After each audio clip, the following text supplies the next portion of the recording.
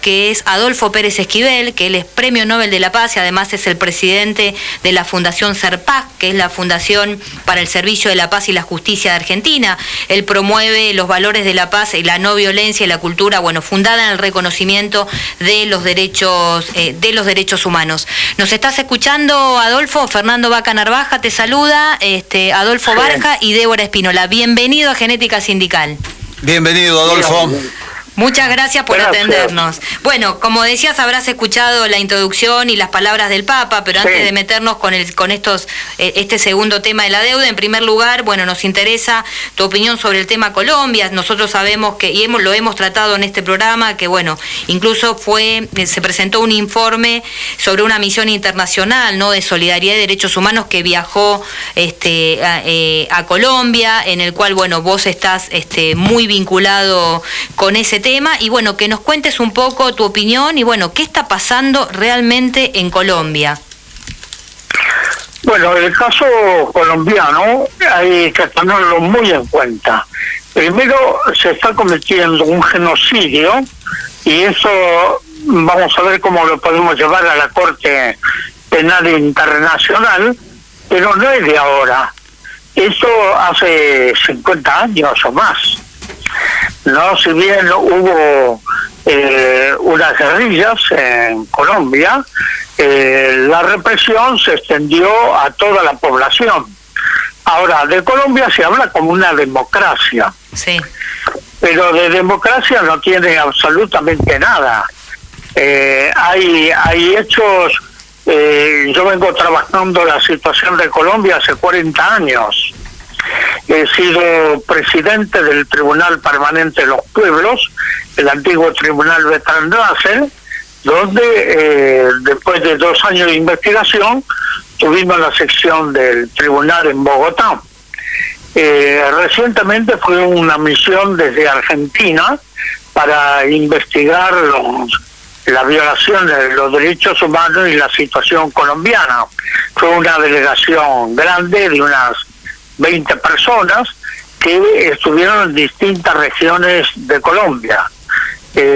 Colombia yo la conozco y hemos trabajado, estoy hablando del año 74, así que se pueden imaginar de qué tiempo, ¿no?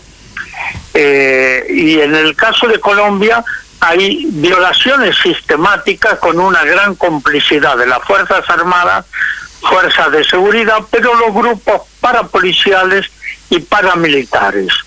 Los falsos positivos, que son aquellos que tomaban jóvenes, los asesinaban, le ponían ropa de guerrilleros de combate y decían de que habían sido en enfrentamientos con el ejército. Después se comprobó de que todo eso eran mentiras. Simplemente los militares lo hacían para recibir ascensos y tener algún prestigio, que combatían a las guerrillas. Entre estos tendría que hablar del entonces presidente Álvaro Uribe y también de su hermano Santiago Uribe. Aquí en Argentina nos reunimos con un grupo de juristas donde hubo un testimonio de Meneses, que fue un jefe de la policía, que denunció estas prácticas, y eso lo elevamos a la Corte de Justicia de Colombia y detuvieron a Santiago Uribe, porque en su hacienda era el lugar de entrenamiento de los militares, los paramilitares y parapoliciales. Esto, lo tuvieron que detener al hermano de Álvaro Uribe. Y yendo un poco más adelante, Álvaro Uribe con Pastrana, también un expresidente, se opusieron a los acuerdos de paz firmados en La Habana sobre dejar la lucha armada y entrar en la lucha política. Así se opusieron a la consulta popular para respetar los acuerdos de paz. Y de ahí comenzaron la masacre, las muertes de muchos dirigentes de las guerrillas que entraron en la actividad política. Entonces, el caso de Colombia y así rápidamente, para tener un panorama general, hay un desplazamiento, le han quitado las tierras a 8 millones de campesinos que viven hacinados en campamentos, y más o menos Colombia actualmente tiene unos 7 millones de exiliados, muchos aquí en Argentina. Ese es el panorama de Colombia.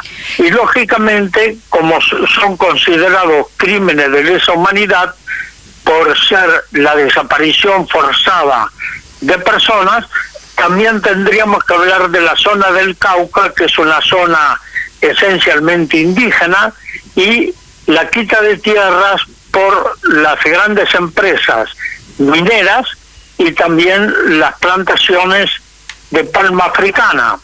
Entonces, la situación en Colombia es dramática. Se está cometiendo un genocidio contra ese pueblo desde hace 50 años aproximadamente. Entonces, les estoy dando un rápido panorama de la situación actual que vive el pueblo colombiano. Entonces, la delegación que fue ha preparado un informe que espero, yo le estoy insistiendo, de que hay que llevarlo a la Corte Penal Internacional para juzgarlo como genocidio. Y, sin embargo, ustedes recuerden, así en el escenario latinoamericano, no se habla a través de los medios de comunicación sobre la situación de Colombia. Sí, nos hace... que es una democracia. Exacto, nos hace acordar mucho, Adolfo, al tema de lo que se decía de la economía deslumbrante de Chile, ¿no?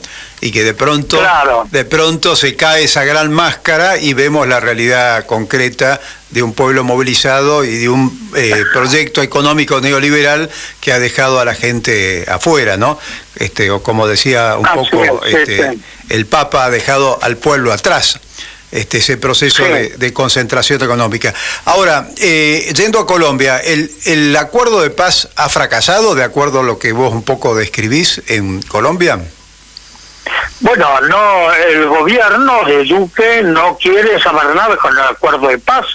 Pero detrás de Duque está Álvaro Uribe. Y no quieren, porque para algunos la guerra y el narcotráfico es negocio. Negocio, claro. ¿No? Entonces, hablar de paz en este momento es patearles el negocio primero. Pero tengamos en cuenta que detrás de todo esto está Estados Unidos. Así es. Esto también se puede vincular con el tema de que haya una situación nuevamente de beligerancia y de no consolidar el acuerdo de paz en Colombia, con estos intentos de desestabilizar la frontera colombiano-venezolana. Sí, están tratando de penetrar en Venezuela, llevando los grupos parapoliciales y paramilitares, que son mercenarios, ¿no? Así es. Que ya para generar... Yo me acuerdo de esto de haberlo hablado con Hugo Chávez. Ajá. No, ya en la época que estaba Hugo... Contanos un poquito eso, que es más que interesante. Sí, cuando estaba Hugo, yo viajaba ya a Venezuela, nos encontramos, y ellos estaban preparando, porque de las pocas industrias que tiene Venezuela, lo que lograron es hacer el montaje de jeep, pero también esos jeep los artillaban para poder tener ametralladoras o formas de defensa para recorrer la frontera, que es una frontera muy extensa, creo que son 2.000 kilómetros aproximadamente, entre Venezuela y Colombia, y entonces poder vigilar para impedir los filtros de los grupos parapoliciales y paramilitares en Venezuela y generar una situación de inestabilidad y de enfrentamiento. Y de inestabilidad política y social. Ahora, Adolfo, la OEA, ¿qué rol cumple en todo esto? No, digo por esto, por esta declaración que ha hecho el canciller mexicano, con el respaldo obviamente del presidente mexicano, de generar y crear un organismo diferente, alternativo a la OEA, ¿no? Mira, la OEA es una herramienta y por eso está en Estados Unidos, en Washington, de los Estados Unidos. Desde ahí, de los Estados Unidos, se maneja la OEA, y con Luis Almagro, peor todavía. Hubo algunos secretarios generales de la OEA que trataron de poner un freno al intervencionismo de los Estados Unidos, pero Estados Unidos está instalando bases militares en todo el continente. Uh-huh. Y con gobiernos que no están de acuerdo con su política, trata de destruirlo. Tenemos el caso de Venezuela, el caso del bloqueo a Cuba, pero tiene en Colombia, Estados Unidos tiene 7 bases militares. Claro. Esto es gravísimo. Sí. Así es. Estaba, no me acuerdo ahora lo que era la base en Ecuador, que después la base militar norteamericana, que después Rafael Correa, al vencer los plazos, no le quiere renovar el permiso a Estados Unidos. Ajá. No, pero Estados Unidos va extendiendo. Hay 3 grandes ejes que tiene Centroamérica-Caribe: el Plan Colombia, que es para toda la región, es Perú, es Honduras también, y la triple frontera. Sí, yo recuerdo, no es la primera vez que desde Colombia se intenta desestabilizar el proceso venezolano, ¿no? Recuerdo, estando Chávez, la visita, el viaje que hizo Néstor Kirchner en ese momento, que paró un nivel de eventual enfrentamiento y bastante grave, ¿no? Mira, yo me acuerdo de hablar con Hugo porque éramos amigos, y él me contó que cuando le dieron el golpe de Estado y lo sacaron a Chávez, quisieron asesinarlo. Así es. La orden era asesinarlo. Pero hubo un teniente coronel que estaba a cargo de la guardia, que lo detuvo, y el teniente coronel se opuso al fusilamiento de Chávez. No, eso me lo contó directamente Hugo. Una situación parecida a la que vivió Fidel Castro allá después post-Moncada, ¿no? Sí. Así es, sí. Algo semejante. Algo semejante. ¿Esto en qué año fue lo de Chávez y este teniente coronel? No me acuerdo ahora en este momento. Ajá. Pero sí, era un ataque sistemático contra Chávez, porque no se quería. Cualquier país que no se someta a lo dictado de Estados Unidos es atacado. Claro. Pero uno no se encuentra con gobernantes como Piñera en Chile. Yo estuve en Chile cuando fue la rebelión de los jóvenes. Ajá. Pero estaba en el sur, bien al sur. Bien al sur.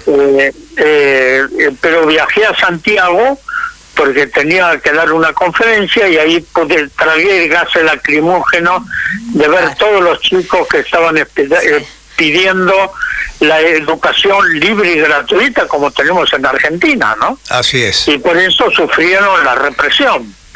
Pero es importante el protagonismo de los jóvenes en la situación chilena, porque se les cae todo el modelo neoliberal. Sí. Queremos recordar que estamos en comunicación con Adolfo Pérez Esquivel, Premio Nobel de la Paz, hablando de la situación que está viviendo el pueblo colombiano, ¿no? A raíz que, bueno, vos describís que tiene más de 50 años de violación sistemática a los derechos humanos, y esto, bueno, se ha profundizado a partir del 28 de abril con el paro nacional, y que, bueno, las multitudes salieron pacíficamente a las calles, y la respuesta en ese caso del gobierno fue una gran represión y, bueno, estas violaciones a los derechos humanos, que la verdad que el informe que trajo la misión internacional es impresionante, porque describe, incluso está documentado con videos, con testimonios. La verdad que es un documento muy valioso. Y acá yo me quedo con esto, que rescato lo que vos decís, que hablar del tema Colombia no se puede dejar de lado el intervencionismo, ¿no? Y cuál es, digamos, como para concientizar, porque hay una invisibilización muy fuerte por parte de los medios de comunicación de esta violencia que sufre Colombia. El tema, ¿por qué tenemos que mirar Colombia y cuál es la gravedad de este intervencionismo, qué puede pasar en la región o cuál es el plan para la región que avisorás vos. Mira, lo que uno tiene la mirada sobre Colombia, que tendría que ser un poco un país como Israel en Medio Oriente, con la cuestión palestina y la región, Siria, Libia, Afganistán. Es decir, es una base operativa de Estados Unidos para el intervencionismo en el resto de los países del continente. Eso lo vemos como una base operativa, política, estratégica y militar. Uh-huh. No, esto es lo que quieren hacer de Colombia. Es un pueblo que está sufriendo muchísimo, porque yo recuerdo de estar en el campamento de los desplazados campesinos, y todas esas tierras pasaron a mano, un poco de lo que hicieron también en Guatemala, ¿no? Así es. Que han pasado todo eso a las grandes empresas multinacionales, no solo para plantar la palma africana, los monocultivos, sino también por la minería y los recursos naturales de Colombia. Es un lugar, Colombia está en un punto estratégico, podríamos decir, en un punto clave de intervencionismo en el resto de los países latinoamericanos. Clarísimo. Te hago una preguntita antes de pasarte al tema que nos preocupa también, obviamente, las condicionalidades de la deuda externa argentina. Sí. ¿Cómo ves el panorama latinoamericano, esta situación de Perú, esto que está pasando la constituyente, la próxima elección en Chile, bueno, la recuperación de la democracia en Bolivia, la situación brasileña? ¿Cómo ves el panorama? Mira, es extenso el tema, pero voy a tratar de hacer una síntesis. El golpe contra Evo Morales, lo he conversado con él, fue instigado por los Estados Unidos. Clarísimamente, sí. Y la intervención de la OEA. El caso de Luis Almagro, el secretario general de la OEA, intervino ahí como para derrocar, que saquen a Evo Morales. No, esto, y Evo todavía en la presidencia denunció a la embajada de Estados Unidos y su intervencionismo en los actos electorales. También con un intento de asesinato ya de probado, también, que ha salido en los medios recientemente, ¿no? Sí, sí, y lo triste de todo eso, el intervencionismo de Macri, todavía presidente de la Nación, con el envío de armas para la represión. Así es. Esto hay que investigarlo y, lógicamente, sancionarlo a Macri, donde no respeta la soberanía de otro pueblo, sino que interviene en forma directa en los golpes de Estado. El caso de Brasil. Bueno, esto sería largo, pero dice que voy a tratar de hacer una síntesis. Usted puede. Bueno, cuando estaba todavía Dilma Rousseff, nos habían llegado noticias de la preparación del golpe contra Dilma a través de la Laufar. Así es. Era desplazarlo. Entonces me tomé un avión, me fui a Brasilia. Nosotros como SERPAC tenemos secretariados en 11 países de América Latina, entre ellos Brasil. Me fui a Brasilia y en el plan alto me encontré con Dilma Rousseff. La fui a ver, darle el apoyo, pero cuando salí, los diputados, los senadores me pidieron ir a la Cámara de Senadores a decir unas palabras. Y fui al Senado, ahí en Brasilia, y saludé primero a toda las senadoras, senadores, y le digo, cuidado, aquí le están preparando un golpe de Estado a la presidenta Dilma Rousseff. Ese fue mi discurso. Se armó un escándalo tremendo, pero a los pocos días se confirmó que fue el derrocamiento. La realidad, la única verdad. Claro, ahora, ¿Por qué? Había que sacarlo a Dilma Rousseff para impedir que Lula se presente a elecciones. Ahí hubo la lawfare a través del juez Sergio Moro en Curitiba para armarle, hablando en criollo, la cama a Lula. Estuve 2 veces en la prisión con Lula. Una fui con el teólogo Leonardo Boff, que no lo dejaron entrar, y la segunda sí dejaron entrar a Ignacio Ramonet de Le Monde Diplomatique. Uh-huh. Ahí logramos conversar largo con Lula. Y bueno, eso fue para neutralizar a Lula, porque y todo esto manejado de la Embajada de los Estados Unidos. Los resultados los tenemos ahora con un Bolsonaro que está destruyendo no solo la economía, sino los grandes desastres en la Amazonía, ¿no? Contra los pueblos originarios, el coronavirus, la destrucción económica y social y la violencia sistemática que se vive en Brasil. Pero viendo la situación de América Latina, la lawfare después de los golpes de Estado militares, lo tenemos que ver. Primero en Honduras contra Manuel Zelaya. Así es.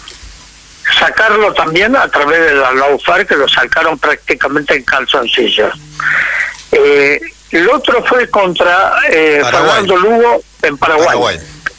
En Paraguay. Después contra Dilma Rousseff y sacar a Lula. Y después contra Evo Morales en Bolivia. Uh-huh. Los ataques a Venezuela, yo recuerdo estar viajando con Europa y ver que los diarios europeos, no solo con el presidente de Venezuela, sino también contra Hugo Chávez, ¿no? Que decían que eran dictaduras cuando hacen elecciones y tienen, pero nadie habla de Colombia, no habla de Honduras, no habla de lo que está pasando en Guatemala. Uh-huh. No, es realmente preocupante. Los grandes medios de comunicación, el poder hegemónico de la información continúa lamentablemente y engañan también. Yo eso lo pude comprobar en hechos porque fui cuando fueron los bombardeos en Irak a Bagdad. Fui de Amán, Jordania, a Bagdad, 2.000 kilómetros de desierto porque no había aviones para llevar agua al hospital pediátrico de Bagdad. Y ahí la BBC de Londres decía que 2 bombas inteligentes habían entrado por el tubo de ventilación del búnker militar y mataron al búnker militar. Lo daban como un triunfo. Ahí mataron 600 niños con sus madres. Estuve ahí con los sobrevivientes. Impresionante. Por eso digo lo que es la distorsión de los medios de información. Bueno, algo hemos denunciado. Este cinismo en la comunicación, algo de esto hemos visto acá con el macrismo, ¿no? El tema de, ¿no?, que ahora ellos dicen que este gobierno ha generado un endeudamiento inexistente, ¿no? Cuando tratan de encubrir el endeudamiento que ellos han desarrollado acá en la Argentina. Este es un tema que creo que el Tribunal de los Pueblos tiene una declaración sobre el tema de la deuda externa, ¿no? Del FMI. Sí. Bueno, sobre esto venimos hace 30 años trabajando más, ¿no? Con los equipos, con Diálogo 2000, con Barberliquín y muchos otros economistas. Venimos trabajando sobre la deuda. La deuda son la nueva forma de esclavitud. Hoy no te encadenan, no te ponen, porque las cadenas no son visibles, pero son cadenas de la dependencia, de los condicionamientos de territorios por deuda, que es lo que están haciendo, ¿no? Y la deuda aumenta. Esto, como decía Eduardo Galeano, más pagamos, más debemos y menos tenemos. Es esto, ¿no? Perfecta síntesis. Es una síntesis. Bueno, con Eduardo Galeano y el Tribunal Permanente de los Pueblos hemos trabajado en Berlín en una de las sesiones del tribunal sobre el Fondo Monetario Internacional y el Banco Mundial. no los mecanismos de dominación, porque esos organismos son organismos para generar la dependencia y el endeudamiento para el enriquecimiento de la banca internacional. Entonces hay que pensar. El problema de América Latina, mira, Macri hizo un trabajo de demolición durante los 4 años. En síntesis, destruyó la UNASUR, el Mercosur y la CELAC, que eran los organismos regionales que Kirchner, bases tanto fundamentales, Néstor como Cristina, lo veían fundamental en defensa de las democracias latinoamericanas.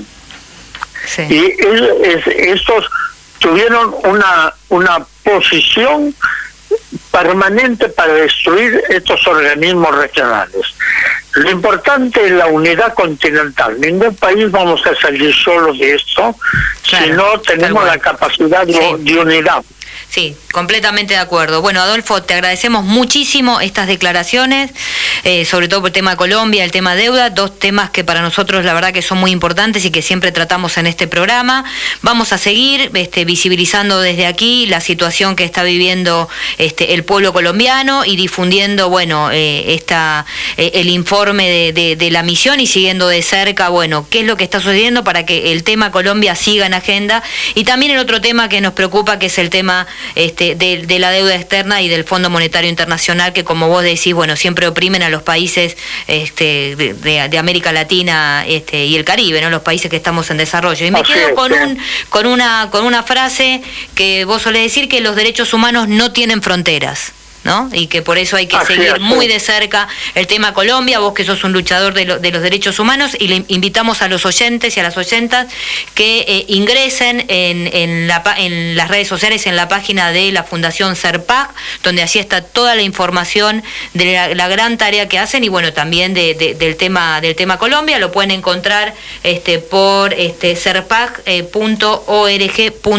y por las redes sociales, y te agradecemos muchísimo. Muchísimas gracias, Adolfo. Gracias. Un recorrido de primera línea. Muchas gracias. Así es. Un abrazo. Gracias, hasta pronto.